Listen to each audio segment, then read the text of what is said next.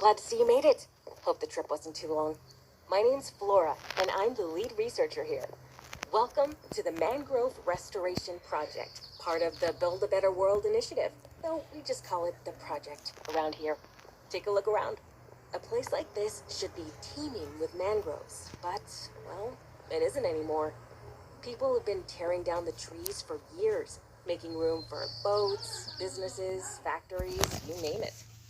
Mangroves provide homes for all sorts of creatures, like places in their weaving roots for fish to hide and treetops for monkeys to swing from.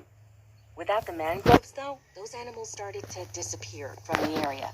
To make it worse, without the mangroves, there aren't enough plants to pull carbon dioxide from the atmosphere. CO2 contributes to climate change, and climate change makes it that much harder for mangroves to grow on their own. That's where we come in.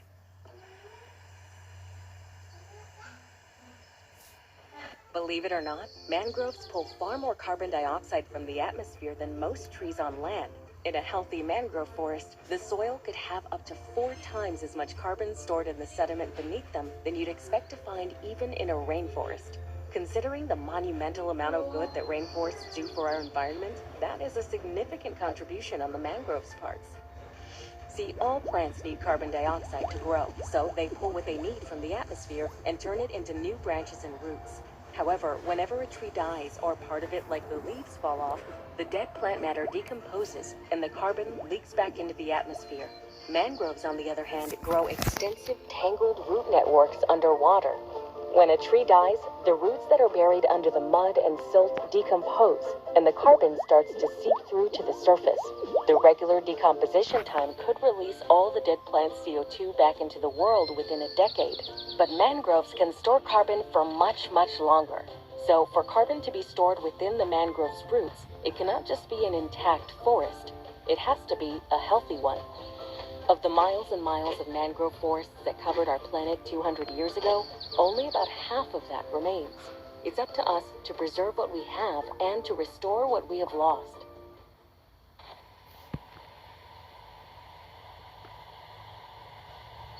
The more mangroves we plant, the less dangerous climate change becomes, and the more animals will be able to return.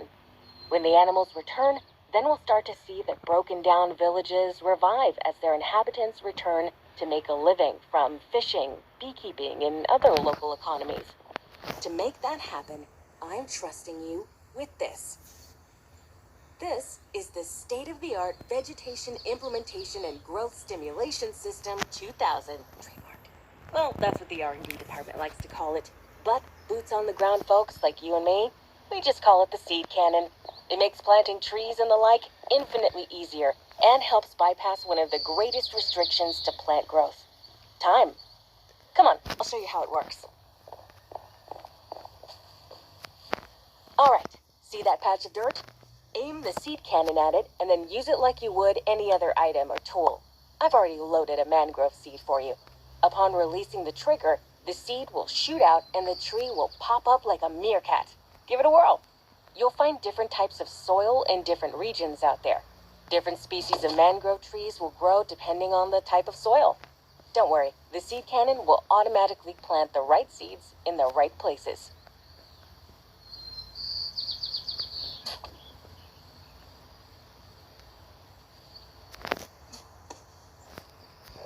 Excellent. Good to see you're quick on the uptake.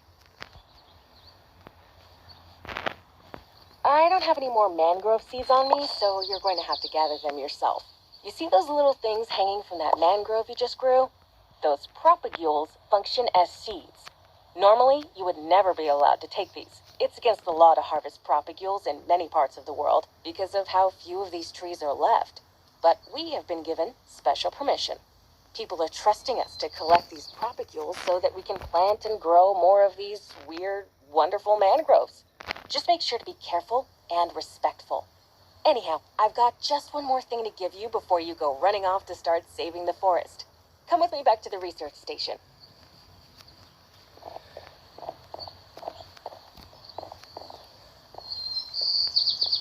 Here, this monitor will let you measure the CO2 levels wherever you are. Just holding it in your hand and glancing at it will give you a rough idea of how much is in the air. If you see that needle pointing all the way to the right, then the area you're in desperately needs mangrove intervention to help clean the atmosphere.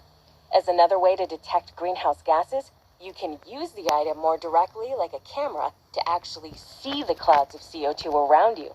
The darker the clouds, the denser the collection of carbon dioxide.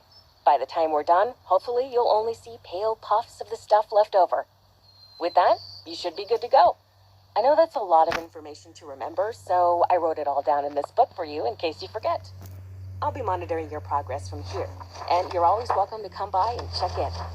Do your best, and remember that planting these trees and cleaning the air doesn't just protect the world at large, but will also help the people and animals that want to call this place home. See ya!